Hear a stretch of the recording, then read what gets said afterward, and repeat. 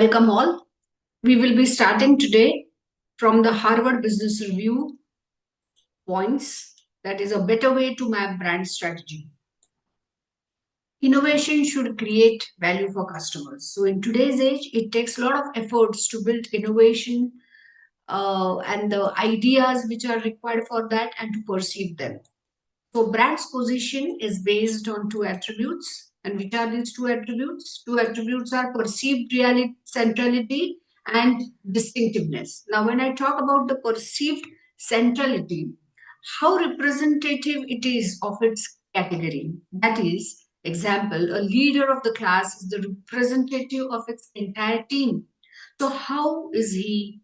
What skill sets he carries? If he is well behaved, is he a well behaved mannered person, intelligent person? Then you perceive that the entire class must be well mannered, well disciplined, right? So that is perceived centrality. When I talk about distinctiveness, how well it stands out from the other brands. That is, example, how well your class is different from other classes. So when linked with other metrics like scales, this tool can guide marketers to understand their brand positions and in which current it is flowing. So they can also determine the brand's performance. They can also determine what strategies can help the company to work in a better way. For innovation to float in the company, culture plays a very important role. What plays a very important role? Culture plays a very important role. So recent research shows that the leadership mindset should view innovation as a commitment rather than a campaign. So now let me share my slides with you. Okay.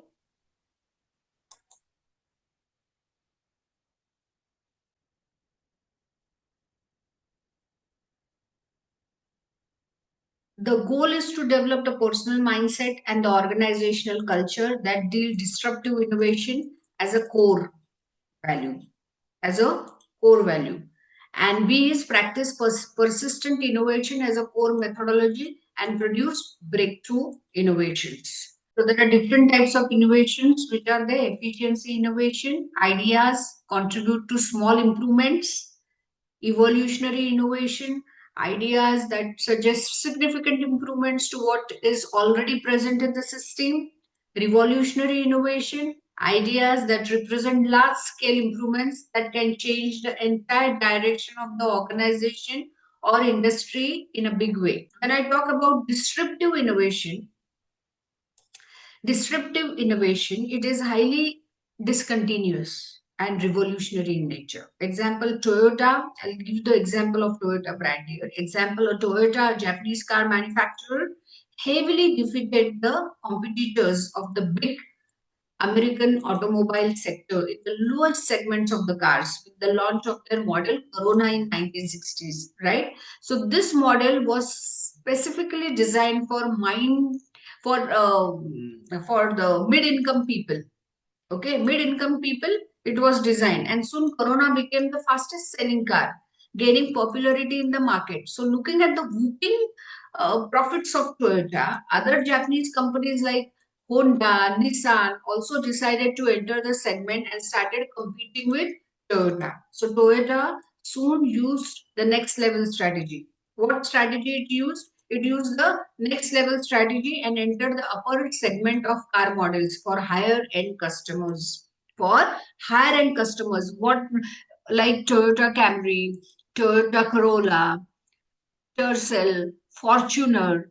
So now this once upon a time small Japanese company of 1960s which used to manufacture small products today became gigantic global brands manufacturing highest quality automobiles in the world.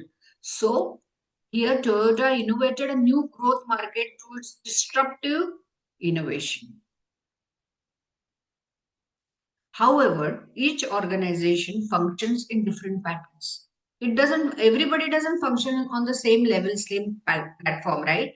So each organization functions in different patterns and has their own work culture. So each one has to decide what best fits their organization and carve creative ways of innovation. Innovation does not fall from the sky into your lap. It takes vision, it takes vision and focused efforts to put into reality. Coming to my next slide, there is no hard and fast rule of innovation, right? But it is based on very important pillars. Which are these important pillars? These are the supportive environment, and you have an organic innovation process and inorganic innovation process, and the C1 is top down innovation process. Now organic innovation process and inorganic innovation process is what is inorganic growth of business. It is the rate of growth of business sales expansion by increasing the output and business reach by acquisitions, by mergers, by takeovers. With this, you increase your customer base and get new channels of distribution. That is inorganic growth of business. And what is organic growth of business? Growing your customer base, reinvesting profits in new assets for increased income, improving your productivity. All these are examples of organic growth. You can grow business at a rate that is comfortable for you. And the other C1 is top down innovation business. Now, coming to my next slide, is we will be discussing on the organizational culture. Design thinking. Design thinking comes of age. Design thinking is an essential tool for simplifying and humanizing the things. In the large organization, design is moving closer to the center of the enterprise. Are you getting my point? It is coming to the center of the enterprise. This shift isn't of aesthetics and product development, however, it is about imparting principles of design, collectively known as design thinking, throughout the organization. So, the approach is in large part of a response to the complexity of many products, services, and processes. So, people need help, they need to communicate, they need to interact with each other. Interaction should happen for technologies and other complicated systems to be innovative, user friendly, and pleasurable. So, design thinking is an essential tool for simplification and humanizing. The main objective is to understand user experiences, their emotions, correct? It is important to understand their emotions, their experiences, their creation of physical modes such as diagrams, sketches to explore problems so that even a complex piece of technology can be easy to use. So creating a design centric culture requires understanding that important things on investment in designing and how important it is allowing people to take chances and appreciating what the design can and cannot achieve. So design helps people and organizations cut through complexity and imagine the future, but it doesn't solve all the problems. It is important that you understand that process. When I talk about change management is what in this new age, staying marginally ahead of the game could be considered not only achievement but also a prerequisite for survival. You getting my point? Wooden Allen tells a story of a race of aliens who peacefully colonize Earth. It's a nice story to hear. It's just a brief, I will just give you the points, brief points in this. Allen, the Wooden Allen tells a story of a race of aliens who peacefully colonize Earth on a cohabitation basis with the original populace. They do not have substantially improved physical characteristics. However, they have an uncanny ability to be first for everything. Whatever do, they have to be first. First to launch new products, first to modify old technology, first to secure the deal, first in any activity, and therefore they are the winners. So it has been seen that the smart design has led to success of many products. Why some products are very popular, very much in demand? Because of the smart design.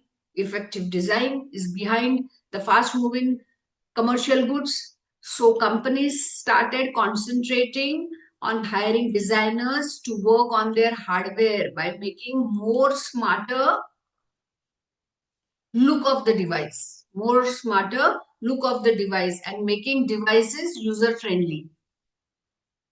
Then designers were asked to help user experiences. Soon firms were treating corporate strategy and started making as an exercise in design. So this is a classic path of intellectual progress, I can say. Once they learned how to design the user experience in single organization, they were more prepared to tackle holistic experiences in a system of organizations. In system of organizations.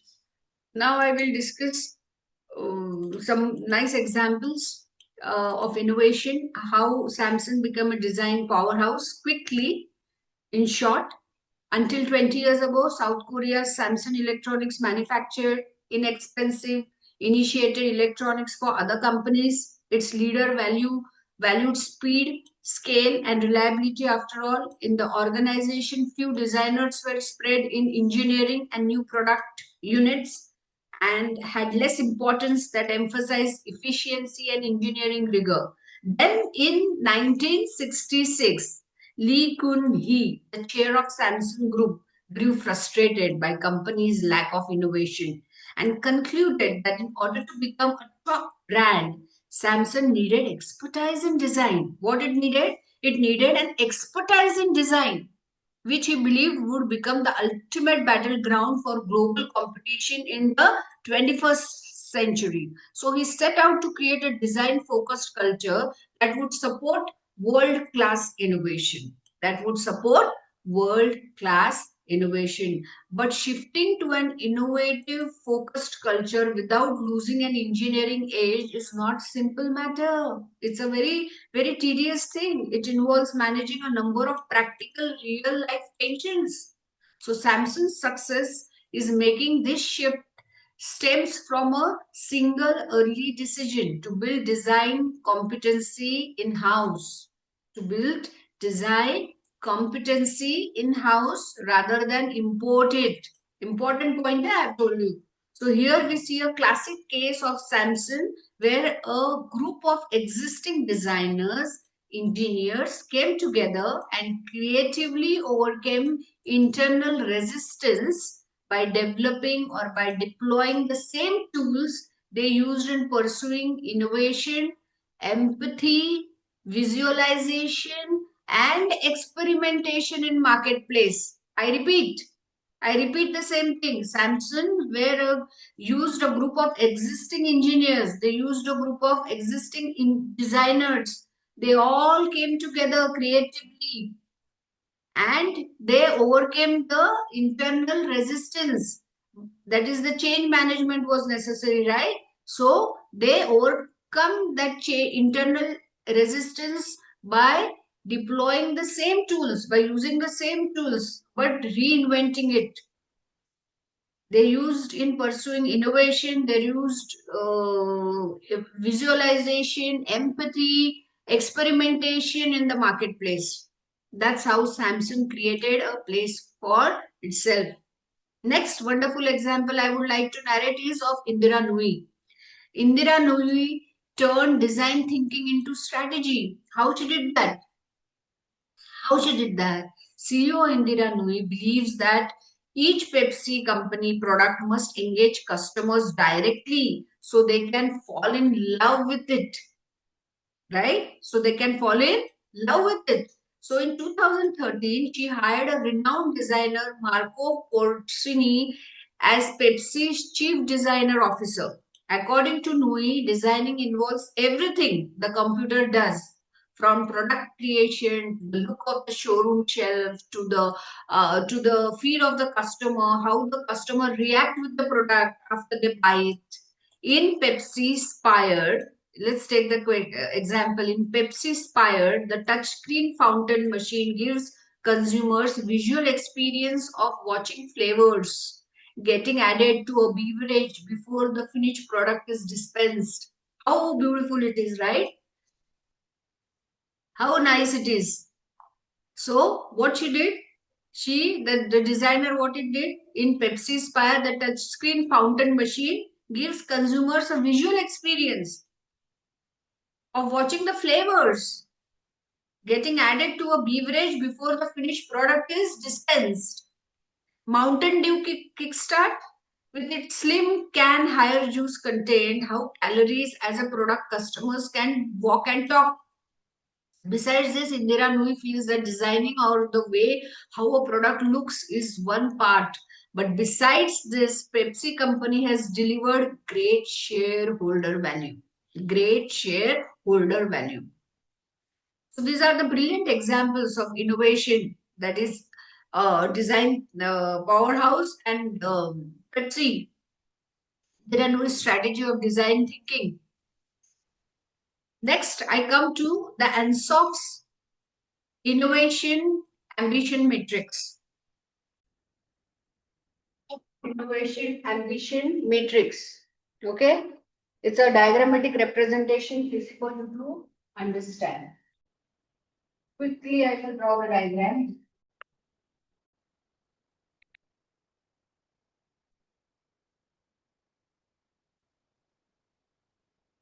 There are three areas: core, adjacent, and transformational. So in core, optimizing existing products for existing customers. बरोबर? Adjacent,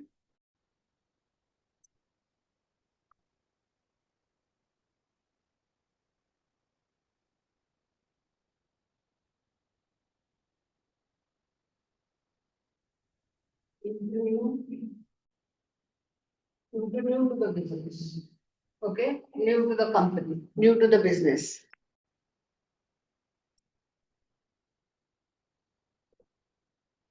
This one, the top one is transformation.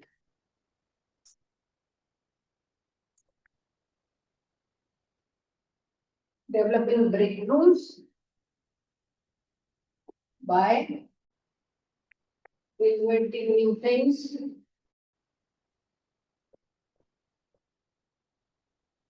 to the markets that has not yet existed. That yet not exist. Okay. Now here, what is who's going to use this?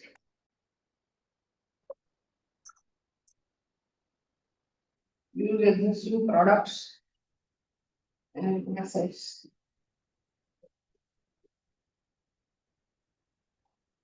This one is add incremental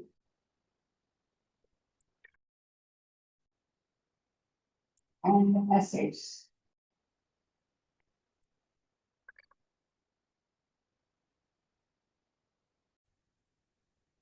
So how to win? And this one will be where to play. Where to play. So here, where to play? So existing markets and customers. So existing markets and customers. Here, enter adjacent markets to serve adjacent customers. Okay, and this bracket will be create new markets and target new customer needs. Okay, this is where to play, and this is how to win. Now, can you get the camera near so the students can see the diagram very clearly? So, firms that excel at total innovation management simultaneously invest at three levels of ambition, carefully managing the balance among them. So, the great mathematician devised a classic diagram, ANSOF innovation ambition matrix it is called. Okay, so ANSOF's matrix clarified the notion that tactics should differ according to whether a firm is launching a new product, entering a new market, or both. So what it describes, this ANSOF matrix is a strategic planning tool used to evaluate potential growth opportunities for business organization based on two factors, that is products and markets. It clarifies on market penetration, product development, market development, diversification, and soft matrix helps in identifying potential risk associated with each quadrant so that the companies will be on alert mode and can minimize the loss. Now you see here in the band of activity at the lower end is core. What is there? Core. It is the core innovation initiatives, efforts to make incremental changes to existing products and incremental inroads into new markets, whether in the form of new packaging or added service convenience. And at the opposite end is what? Transformational initiatives. At the opposite end are transformational initiatives designed to create new offers, if not whole new business to serve market needs and customer needs. They are not directly related to existing markets or technologies, but represent totally new products or services which are not extensions of existing worlds. These are the innovations when successful market headlines. Think of iTunes, the Tata Nano. These sorts of innovations are also called breakthrough, game-changing innovations. And in the middle are adjacent innovations which can share characteristics with core and transformational innovations, both. So adjacent innovations is expanding from existing business, not going too far from the core business, by incremental adding new products and assets. So this is ANSOF's innovation ambition matrix.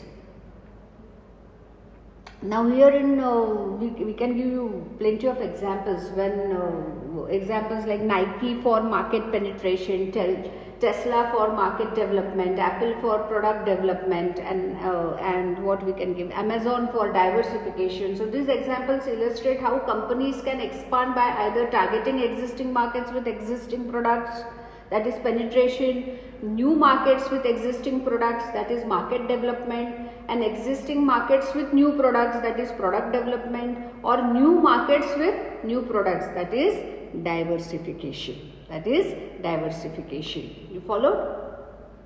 Yes. So today in the market to stay, the companies has to do environmental market scanning by identifying all the stakeholders and then understanding, focusing and planning strategies to build business models and catering customers requirement, and that is so very important. And with this we will end the session. Thank you.